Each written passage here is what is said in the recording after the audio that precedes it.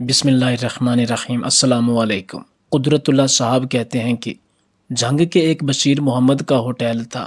اس تحصیل میں 2-3 بڑے ہوٹل بھی تھے، لیکن 2-3 دفعہ ایسا اتفاق ہوا کہ میں اپنے اردلی کے ساتھ بشیر محمد کے ہوٹل پر کھانا کھانے گیا۔ اس کے ہاتھ میں اللہ نے قدرتی ذائقہ رکھا ہوا تھا جو کہ بڑے ریسٹورنٹ کے پکوانوں کے ہاتھ میں بھی نہیں تھا۔ یہ انتہائی مخلص اور اچھے اخلاق کا مالک تھا۔ 4-5 بار اس کے ہوٹل پر کھانا کھانے سے اس کے ساتھ اچھی خاصی دوستی ہو گئی۔ قصہ مختصر یہ کہ 2-3 ہفتے مسلسل بارشوں کی وجہ سے میں اس کے ہوٹل پر نہ جا سکا۔ ایک دن اچانک اس کے ہوٹل پر گیا تو اس نے مجھے اپنی آپ بیتی بیان کی اور کہا کہ 4-5 دن پہلے مونسونی خزاں کی راتیں تھیں۔ ہم ریسٹورنٹ میں رات کے کھانے کی تیاری کر رہے تھے۔ کھانے کی تیاری کے بعد اچانک زوردار بارش شروع ہوئی، آسمان سیاہ ہو گیا، بجلی چلی گئی اور بازار کے لوگ سب جلدی بازار سے نکل گئے، اور یہی ہمارے روزمرہ کے گاہک تھے۔ میں اپنے ملازموں کے ساتھ یہ ساری صورتحال دیکھ رہا تھا۔ اسی دوران جب میں ہوٹل کے کارکنوں سے بات کر رہا تھا، میرے چہرے پر مایوسی تھی، کیونکہ مجھے لگ رہا تھا کہ اب کوئی گاہک شاید نہ آئے اور میرا آج ہزاروں روپیوں کا نقصان ہو جائے گا۔ اتنا نقصان کہ شاید جتنا میں 1 مہینے میں کما نہ پاؤں۔ میں افسردہ تھا اور دل میں میرے بڑی پریشانی تھی۔ اچانک میں نے کچھ ایسا دیکھا جو ریسٹورنٹ کے سامنے لالٹین کی روشنی میں حرکت کر رہا تھا۔ میں نے ایک ہاتھ میں ٹارچ اور دوسرے ہاتھ میں ایک لکڑی لی۔ میں نے سوچا کہ کوئی چور ہے جو شاید کسی دکان کو توڑ کر چوری کرنا چاہتا ہو۔ جب میں قریب گیا اور لالٹین کی روشنی میں دیکھا تو ایک عورت نظر آئی جس کے ساتھ 2 بچے تھے۔ وہ بہت کمزور اور تھکی ہوئی لگ رہی تھی۔ میں نے اس سے پوچھا، کیا تمہیں کسی چیز کی ضرورت ہے؟ اس نے جواب دیا، میں اپنے اور اپنے بچوں کے لیے کھانا چاہتی ہوں، ہم بھوکے ہیں۔ میں نے اسے اپنے ہوٹل سے تیار شدہ بہترین کھانا اور معمولی سی رقم دی۔ وہ عورت زاروں قطار رونے لگی۔ میں نے پوچھا، تم کیوں رو رہی ہو؟ اس نے کہا، میرے شوہر کا انتقال ہو گیا ہے اور میں بیوہ ہوں۔ آج تیسرا دن ہے کہ میں اپنے بچوں کی بھوک مٹانے کے لیے کچھ نہیں ڈھونڈ سکی۔ میں نے اس کی آہوزاری سنی۔ اس نے کھانا اور پیسے لیے اور یہ دعا کی، میرا رب تمہیں اس رات کا اجر دے جس طرح تم نے میرے بچوں کے لیے کھانے کا انتظام کیا۔ میں نے کہا آمین، اور دل میں کہا چلو یہ رات تو ویسے بھی ضائع ہو گئی، نقصان ہوا ہے، آج نوکروں کی مزدوری اور سارے راشن کا خرچ کہاں سے ادا کروں گا؟ پھر دل میں خیال آیا کہ سب کچھ اللہ کے لیے ہے اور میں اللہ کی رحمت سے مایوس نہیں ہوں۔ میں بیٹھا تھا اور بارش اب بھی جاری تھی، ہوا بھی چل رہی تھی، اور میں ریسٹورنٹ بند کرنے واپس آیا تاکہ پکے ہوئے کھانے کے نقصان کا حساب کروں۔ اچانک ایک بس کے ہارن کی آواز آئی جو ریسٹورنٹ کے سامنے آ کر رکی۔ یہ ایک مسافر بس تھی۔ بس کا ڈرائیور نیچے اترا اور پوچھا، کیا آپ کے پاس کھانا ہے؟ میں نے کہا جی ہاں۔ تو فوراً 30 سے زائد مسافر بس سے اترے اور انہوں نے ہمارا سارا کھانا خرید لیا، بلکہ ہم نے مزید کھانا بھی تیار کیا۔ کچھ مسافروں کو تو کھانا بھی نہ ملا، انہوں نے صرف خشک روٹی کھائی۔ جب وہ چلے گئے تو میں اپنے ہوٹل کے ملازمین کے ساتھ بیٹھا اور حساب لگایا۔ اس اچانک تبدیلی اور غیر متوقع منافع نے ہمیں حیران کر دیا، کیونکہ میں پچھلے 4 سالوں سے اسی جگہ پر ہوٹل کا کام سر انجام دے رہا ہوں اور ہر روز تقریباً اتنا ہی کھانا بیچ کر جاتا ہوں، لیکن اتنا منافع مجھے کبھی نہیں ملا۔ اس دن واقعی کوئی خاص رحمت اور برکت تھی۔ ایک کارکن بولا، آج آپ نے کوئی نیکی کی تھی نا؟ مجھے اس عورت کی آواز یاد آئی جو جاتے ہوئے کہہ رہی تھی کہ اے میرے رب، اس بھلے آدمی کو آج کی رات کا اجر دے جیسے اس نے مجھے اور میرے بچوں کو کھانا دیا۔ میں اللہ تعالیٰ کا شکر گزار ہوا، چاہا کہ میں اس عورت کا پیچھا کروں اور دوبارہ اس سے ملوں، مگر وہ جا چکی تھی۔ قدرت اللہ صاحب کہتے ہیں کہ محمد بشیر کی ساری داستان سننے کے بعد اس کی آنکھوں میں بھی آنسو تھے اور میری آنکھوں میں بھی آنسو تھے۔ اچانک میرے ذہن میں رسول اللہ صلی اللہ علیہ وآلہ وسلم کی یہ حدیث یاد آئی، مال صدقہ دینے سے کم نہیں ہوتا۔ اللہ تعالیٰ نے بارانی رات کو ایک عورت اور اس کے بچوں کے لیے ذریعہ بنایا، اور ہوٹل والے کے لیے وہی رات اللہ نے خیر اور برکت کا سبب بنا دی، جس نے عورت کی دعا کو سنا اور اس کے بدلے اسے وہ عطا کیا جو وہ سوچ بھی نہیں سکتا تھا۔ اسی طرح قدرت اللہ صاحب ایک اور ایمان افروز واقعہ بیان کرتے ہیں کہ ایک روز ایک پرائمری اسکول کا استاد رحمت الہی آیا۔ وہ چند ماہ بعد ملازمت سے ریٹائر ہونے والا تھا۔ اس کی 3 جوان بیٹیاں تھیں، رہنے کے لیے اپنا گھر بھی نہیں تھا، پینشن نہایت معمولی ہوگی۔ اسے یہ فکر کھائے جا رہی تھی کہ ریٹائر ہونے کے بعد وہ کہاں رہے گا، لڑکیوں کی شادیاں کس طرح ہو سکیں گی؟ کھانے پینے کے خرچ کہاں سے آئے گا؟ اس نے مجھے سرگوشی میں بتایا کہ پریشانی کے عالم میں وہ کئی ماہ سے تہجد کے بعد رو رو کر اللہ تعالیٰ کی بارگاہ میں فریادیں کرتا رہا۔ چند روز قبل اسے خواب میں رسول اللہ صلی اللہ علیہ وآلہ وسلم کی زیارت ہوئی، جس میں آپ نے فرمایا کہ تم جھنگ جا کر ڈپٹی کمشنر کو اپنی مشکل بتاؤ، اللہ تمہاری مدد کرے گا۔ پہلے تو مجھے شک ہوا کہ یہ شخص ایک جھوٹا خواب سنا کر مجھے جذباتی طور پر بلیک میل کرنے کی کوشش کر رہا ہے۔ میرے چہرے پر شک اور تذبذب کے آثار دیکھ کر رحمت الہی آپ دیدہ ہو گیا اور بولا، جناب میں جھوٹ نہیں بول رہا، اگر جھوٹ بولتا تو اللہ کے نام پر بولتا، رسول پاک کے نام پر کیسے جھوٹ بول سکتا ہوں؟ اس کی اس منطق پر میں نے حیرانی کا اظہار کیا تو اس نے فوراً کہا، آپ نے سنا نہیں کہ با خدا دیوانہ باش، با محمد ہوشیار؟ یہ سن کر میرا شک پوری طرح رفع تو نہ ہوا، لیکن سوچا کہ اگر یہ شخص غلط بیانی سے بھی کام لے رہا ہے تو ایسی عظیم ہستی کے اسم مبارک کا سہارا لے رہا ہے جس کی لاج رکھنا ہم سب کا فرض ہے۔ چنانچہ میں نے رحمت الہی کو ہفتے کے بعد دوبارہ آنے کے لیے کہا۔ اس دوران میں نے خفیہ طور پر اس کے ذاتی حالات کا کھوج لگایا اور یہ تصدیق ہو گئی کہ وہ اپنے علاقے میں نہایت سچا، پاکیزہ، پابند صوم و صلاۃ آدمی مشہور ہے، اور اس کے گویا حالات بھی وہی تھے جو اس نے بیان کیے تھے۔ اس زمانے میں کچھ خاص طبقے کے لیے صوبائی حکومت نے ڈپٹی کمشنروں کو یہ اختیار دے رکھا تھا کہ سرکاری اراضی کے 8 مربع تک ایسے خواہش مندوں کو طویل میعاد پر دیے جا سکتے ہیں جو انہیں آباد کرنے کے لیے تیار ہوں۔ میں نے اپنے مال افسر کو بلا کر کہا وہ کسی مناسب جگہ کراؤن لینڈ کے ایسے 8 مربع تلاش کرے جنہیں جلد از جلد زیر کاشت لانے میں کوئی خاص دشواری پیش نہ آئے۔ غلام عباس مال افسر یہ سمجھا شاید یہ اراضی میں اپنے کسی عزیز کو دینا چاہتا ہوں۔ یہی دیکھتے اس نے پکی سڑک کے قریب نیم آبادی میں زمین ڈھونڈی اور رحمت الہی کے نام الاٹمنٹ کی ضروری کارروائی کر کے سارے کاغذات میرے حوالے کر دیے۔ دوسری پیشی پر جب رحمت الہی حاضر ہوا تو میں نے یہ نذرانہ اس کی خدمت میں پیش کر کے اس مال افسر کے حوالے کر دیا کہ وہ قبضہ وغیرہ دلوانے اور باقی ضروریات پوری کرنے میں اس کی پوری مدد کرے۔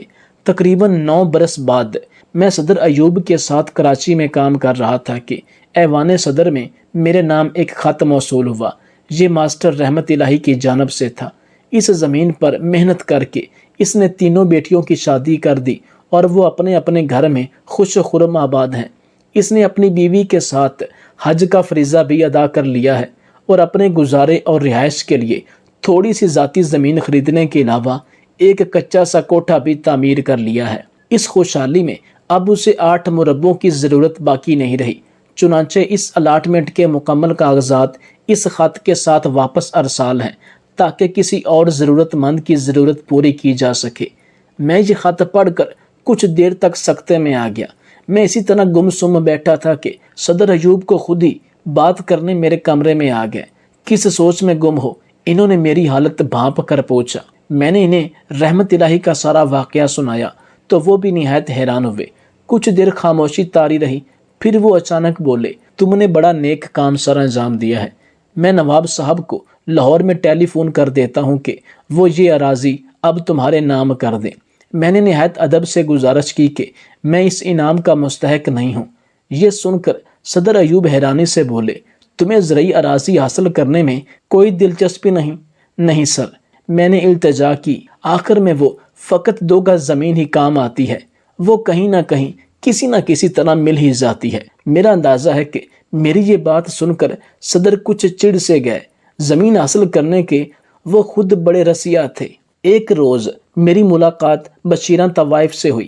وہ بڑے ٹھسے سے دفتر میں داخل ہو کر کرسی پر بیٹھ جاتی ہے۔ اس کے رنگین لباس سے حنا کی عطر کی باسی خوشبو آ رہی ہے اور اس کی آنکھیں رات جگے اور رونے کی آمیزش سے سوجی ہوئی ہیں۔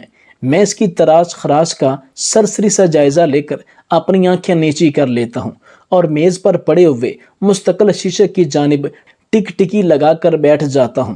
بشیرہ طوائف کھنکار کر گلا صاف کرتی ہے، سرکار میری بات سنو، اس کی آواز میں ایک بلغمی سا بوجھ اور کھردرا پن ہے۔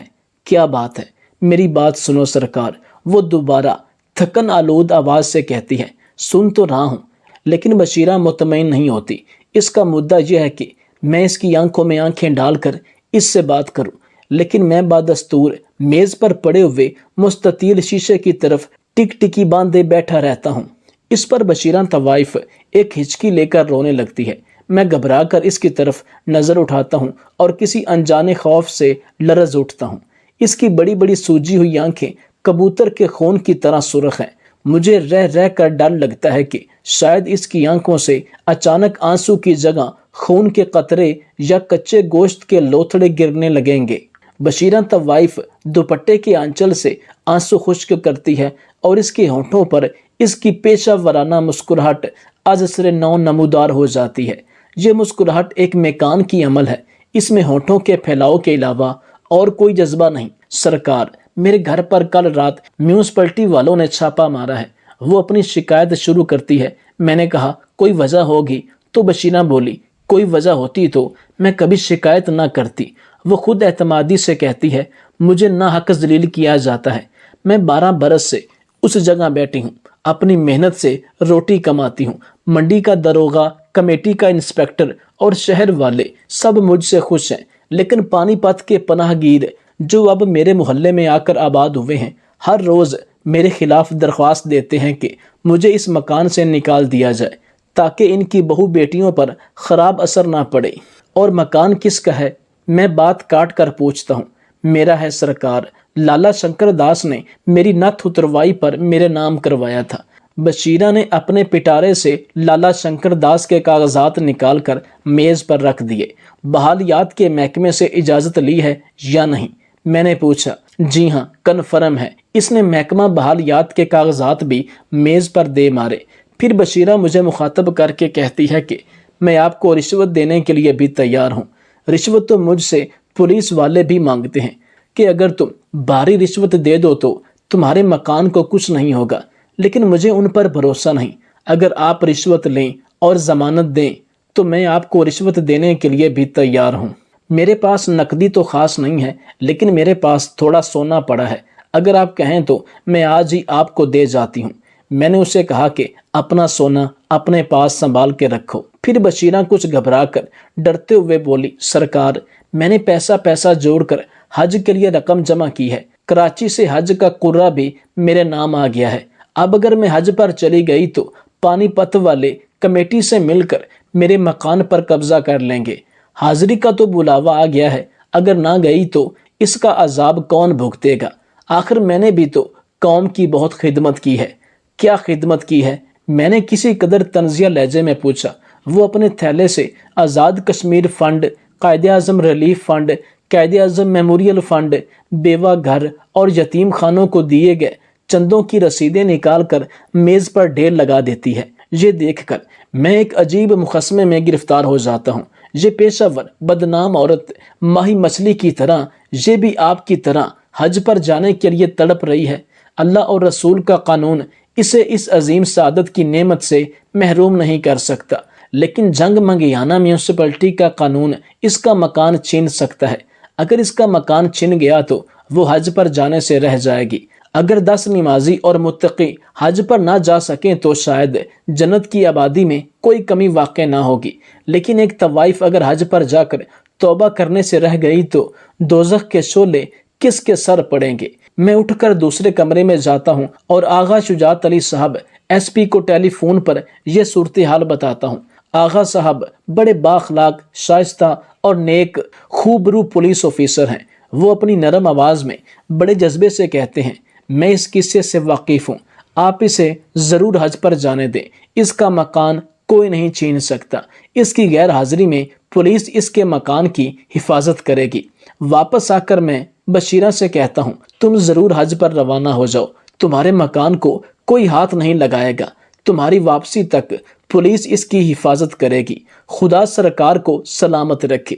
وہ خوشی سے اچھل کر کھڑی ہو جاتی ہے اور جلدی جلدی Azad Kashmir fund, Quaid Azam relief fund, Quaid Azam memorial fund بیوہ گھر اور یتیم خانوں کی چندوں کی رسیدیں سمیٹ کر اپنی جھولی میں ڈال لیتی ہے۔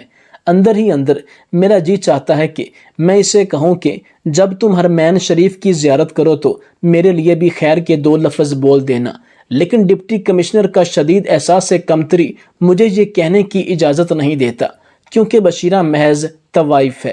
باہر کھڑا محمد صدیق اردلی میرا انتظار کر رہا تھا اور کافی دیر سے دفتر کے سامنے منڈلا رہا ہے، اور میرا اس قدر وقت ضائع کرنے پر بشیرہ کو بڑی سنگ دلی سے گھور رہا ہے۔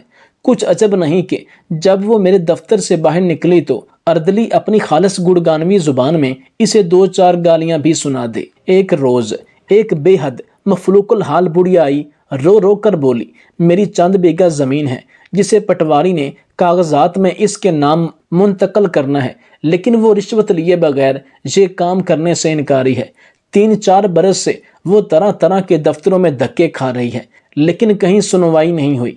اس کی دردناک داستان سن کر میں نے اسے اپنی کار میں بٹھایا اور جنگ شہر سے 60-70 میل دور اس کے گاؤں کے پٹواری کو جا کر پکڑا۔ ڈپٹی کمشنر کو اپنے گاؤں میں یوں اچانک دیکھ کر بہت سے لوگ جمع ہو گئے۔ پٹواری نے میرے سامنے قسم کھائی کہ یہ بڑھیا بڑی شرن عورت ہے اور زمین کے انتقال کے بارے میں جھوٹی شکایتیں کرنے کی عادی ہے۔ اپنی قسم کی عملی طور پر تصدیق کرنے کے لیے پٹواری اندر سے ایک جزدان اٹھا کر لایا اور اسے اپنے سامنے رکھ کر کہنے لگا، حضور دیکھیے، میں اس مقدس کتاب کو سر پر رکھ کر قسم کھاتا ہوں۔ گاؤں کے ایک نوجوان نے مسکرا کر کہا، جناب ذرا یہ بستہ کھول کر بھی دیکھ لیں۔ ہم نے بستہ کھولا تو اس میں قرآن شریف کی جلد نہیں بلکہ پٹوار خانے کے رجسٹر بندھے ہوئے تھے۔ میرے حکم پر بھاگ کر ایک اور رجسٹر لایا اور سر جھکا کر بڑھیا کی انتقال اراضی کا کام مکمل کر دیا۔ میں نے بڑھیا سے کہا، بی بی تمہارا کام ہو گیا ہے، اب خوش رہو۔ بڑھیا کو میری بات کا یقین نہ آیا۔ اپنی تشریح کے لیے اس نے نمبردار سے پوچھا، کیا میرا کام ہو گیا ہے؟ نمبردار نے اس بات کی تصدیق کی تو بڑھیا کی آنکھوں سے بے اختیار خوشی کے آنسو بہنے لگے۔ اس کے دوپٹے کے ایک کونے میں کچھ ریزگاری بندھی ہوئی تھی۔ اس نے اسے کھول کر 16 آنے گن کر اپنی مٹھی میں لیے اور اپنی نظر دوسروں کی نظر سے بچا کر چپکے سے میری جیب میں ڈال دیے۔ اس ادائے معصومانہ اور محبوبانہ پر مجھے بھی بے اختیار پیار آ گیا۔ یہ دیکھ کر گاؤں کے کئی دوسرے بڑے بوڑھے بھی آبدیدہ ہو گئے۔ یہ 16 آنے واحد رشوت ہے جو میں نے اپنی ساری ملازمت کے دوران قبول کی۔ اگر مجھے سونے کا ایک پہاڑ بھی مل جاتا تو میری نظر میں ان 16 آنوں کے سامنے اس کی کوئی قدر و قیمت نہ ہوتی۔ میں نے ان 16 آنوں کو ابھی تک خرچ نہیں کیا، کیونکہ میرا گمان ہے کہ یہ ایک ایسا متبرک تحفہ ہے جس نے مجھے ہمیشہ کے لیے مالا مال کر دیا۔